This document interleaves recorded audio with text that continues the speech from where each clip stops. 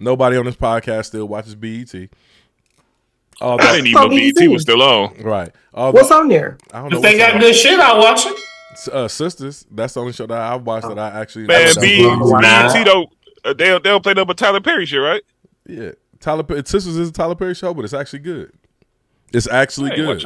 You ain't got to. I didn't even know Fuck Tyler Perry. I ain't watching that shit. All right, but let's move on to something that we do watch. X-Men 97. Fire. Episode season 1, episode 3. Leslie Beauty, she said, "Oh shit." She said, "I ain't on none of these topics." I'm coming back around to you, Leslie. We almost see you. I'm ready. I'm ready. Listen, X-Men 97 is incredible.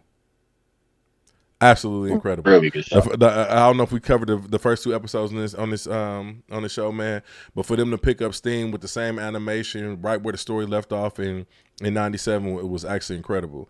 Because the cartoon actually got really bad in the last season. I watched the last season and was like, oh, that's why I stopped watching this shit when I was a kid, because it was trash. I think that's dope that they stuck with the animation, the storyline, all that shit.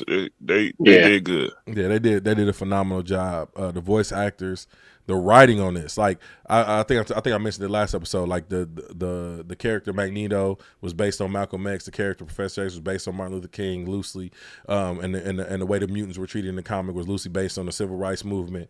And I did not expect them to pick up the same type of energy with the first 2 episodes. Like the way they wrote the story was letting us know, like, hey, these mutants are quote unquote the black people and how America is treating them, and it's like, hey, y'all might want to do X, Y, and Z, and it really shows you the how the government deals with them and the bigots, all that type of shit. But it's absolutely incredible, fam. That 3rd episode, after watching the first 2 episodes, I was like, they're not gonna be able to keep up this momentum.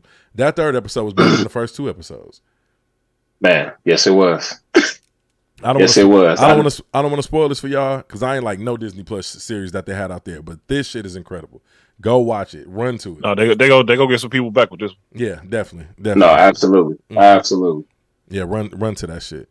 But what did you think about the twist, Trey, with Jean Grey? Oh, I thought that was super dope. Actually, I thought that was super dope. And I forgot about it because I was a real big X-Men comic book fan when I was younger, when I was a kid. So I forgot about a lot of that. Like I forgot about Cable's mom being. I don't want to get too many spoilers. No, just give it up. Turn it off now. Spoiler alert. Turn it off now. Jean Grey. Right. But no, I forgot that Cable mom was like a clone, all of that stuff. You know what I'm saying? So it was like I was watching all of that for the first time almost. Mm-hmm. But it's a really good show. I couldn't believe it was that good. Yeah, it's absolutely good, crazy, especially the way they brought back Mr. Sinister. I didn't think they was gonna bring him back this early in the show, so now I'm just waiting on Apocalypse, because they brought him back immediately in the series. I don't know how many episodes they plan on doing this season, but I'm really looking forward to see how they continue these stories. They are killing this shit right now. It's not for play. The animation in the 3rd episode was better than the first 2 episodes. Did you peep that? Yeah. Oh, okay, I thought it was just me. Yeah. It was definitely polished. I can tell that they it looked like they blended 3D and 2D. Yeah. I was not expecting that at all, but I'm definitely gonna watch the episode again. But for them to bring Cable back, Cable into the series this early on,